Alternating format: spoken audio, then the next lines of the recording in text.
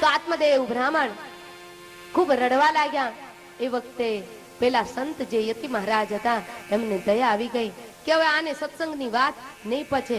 જેને બહુ અતિશય વાસનાનો રોગ લાગુ પડ્યો હોય ને એની પાસે સત્સંગની વાતો કરવી નકામી. પછી કઈ વાસના? કોઈને પુત્રની વાસના, કોઈને મોટર બંગલા વસાવવાની વાસના, કોઈને કઈ વાસના. જેને વાસનાનો રોગ લાગુ પડે ભાગવતકાર કે એને પાસે જ્ઞાનની વાતો નકામી. એ તો ઠોકર ખાય ને ત્યારે સમજાય, બધું ત્યાં સુધી ન સમજાય.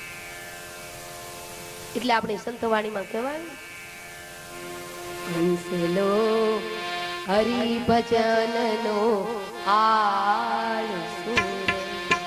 હંસલો હરિભજન